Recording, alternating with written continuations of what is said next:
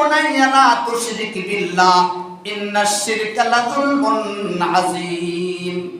হযরত লোকমান হাকিম তিনি তার ছেলেকে উপদেশ দিতে গিয়ে বলতেছিলেন, এ ছেলে, খবরদার কোশ্চিনকালেও আল্লাহর সাথে শিরিক করবে না। কেননা শিরিক বড় জঘন্যতম অপরাধ। হযরত ইব্রাহিম আলাইহিস সালাম তার বাবাকে ডেকে বলতেছেন, ইয ক্বালা লিআবিহি ইয়া আবাতি লিমা তা'বুদু মা লা ইয়াসমাউ ওয়া লা ইউবসির ওয়া লা ইউগনি আনকা শাইআ। ইব্রাহিম আলাইহিস সালাম তার বাবাকে বলতেছেন, আব্বা জান, আপনি এমন বস্তুর পূজা কেন করেন, এমন মূর্তির পূজা কেন করেন যেই মূর্তি চোখেও দেখে না, যেই মূর্তি কানেও শোনে না, যেই মূর্তি উপকার আর অপকার কোনোটাই করতে পারে না, এমন মূর্তির পূজা কেন করেন, এক আল্লাহর পূজা করেন। ইয়া আবাতি লা তা'বুদিশ শাইতান ইন্নাশ শাইতানা কানা লির-রাহমানি আসিয়া। ইব্রাহিম আলাইহিস সালাম তার বাবাকে ডেকে বলতেছেন, বাবা জান, ওই শয়তানের দাসত্ব করেন না, ওই শয়তানের গোলামি করেন না, শয়তানের পূজা করেন না। কেননা শয়তান আল্লাহর বড় নাফরমান ছিল, ঠিক কিনা?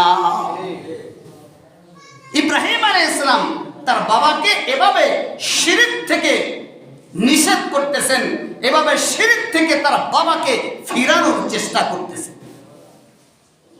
এক আয়াতের মধ্যে আল্লাহ তাআলা বলেন, মান ইউশরিক বিল্লাহ ফাকাদ হারামাল্লাহু আলাইহিল জান্নাহ ওয়া মা'ওয়াহুন নার। এক আয়াতের মধ্যে আল্লাহ তাআলা বলেন, যে ব্যক্তি শিরক করবে জান্নাত তার জন্য হারাম, তার ঠিকানা হলো জাহান্নাম। বলেন নাউযুবিল্লাহ। বলেন তো শিরক করা যাবে না?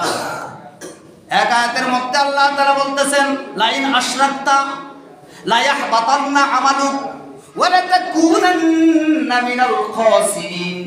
আল্লাহ তাআলা তার হাবিবকে ডেকে বলতেছেন, এ আমার হাবিব মুহাম্মদুর রাসূলুল্লাহ সাল্লাল্লাহু আলাইহি ওয়াসাল্লাম, আপনি শুনে রাখেন, আপনিও যদি শিরক করেন, আপনিও যদি আমার সাথে কাউকে শিরক করেন, আপনি যদি আমার সমকক্ষ যদি কাউকে মানেন, তাহলে আমি আল্লাহর ঘোষণা শুনুন, আমি আল্লাহ তাআলা আপনার সমস্ত আমলগুলো বাতিল করে দিব, আপনি ক্ষতিগ্রস্তের মধ্যে পড়ে যাবেন।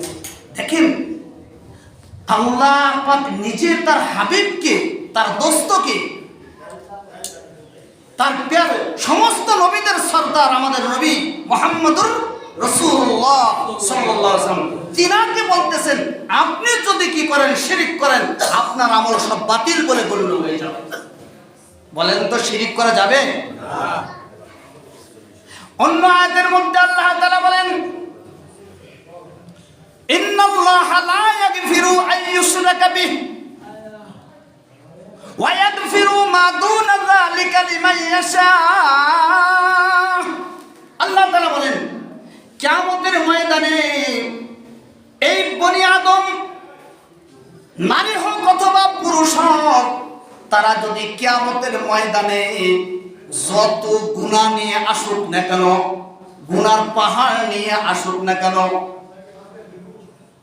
যত বেশি গুনাহ নিয়ে আসুক না কেন, আমি আল্লাহ তাআলা তাকে ক্ষমা করে দিব। কিন্তু যারা শিরকি গুনাহ করে যাবে, তাদেরকে আমি আল্লাহ কিয়ামতের ময়দানেও মাফ করব না। দুনিয়ার থেকেই শিরকের গুনাহ তওবা করে মাফ করে নিয়ে যেতে হবে। শিরকের গুনাহ তওবা ছাড়া মাফ হবে না। শিরকের গুনাহ দুনিয়ার থেকেই মাফ করে নিয়ে যেতে হবে। শিরক ব্যতীত আর যত প্রকার গুনাহ আছে, সব গুনাহ কে মাফ করে দিবেন? আল্লাহ। আমরা শিরক থেকে বাঁচবো তো ইনশাআল্লাহ? ইনশাআল্লাহ। এক হাদিসের মধ্যে আল্লাহর নবী বলেন, আল্লাহ তাআলা ডেকে বলতেছেন, ইয়া ইবনে আদম, হে বনি আদম, তোমরা শুনে রাখো, লাউ লাকিতানি বিকুরাবিল আরদি খাতায়া সুম্মা লাকিতানি লা তুশরিকি বিল্লাহ লা আতাইতুকা বিকুরাবিহা মাগফিরাতান আও কামা ক্বালা an-নাবিয়্যু আলাইহিস সালাতু ওয়াস সালাম।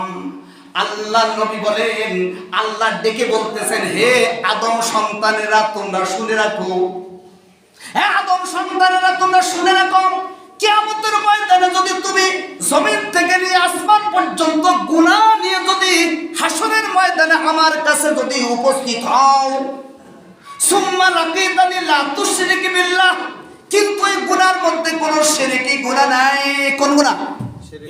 কোনো শিরকি গুনাহ নাই। আর যত প্রকার গুনাহ আছে সব করেছো জমিন থেকে নিয়ে কোন পর্যন্ত? আসমান পর্যন্ত।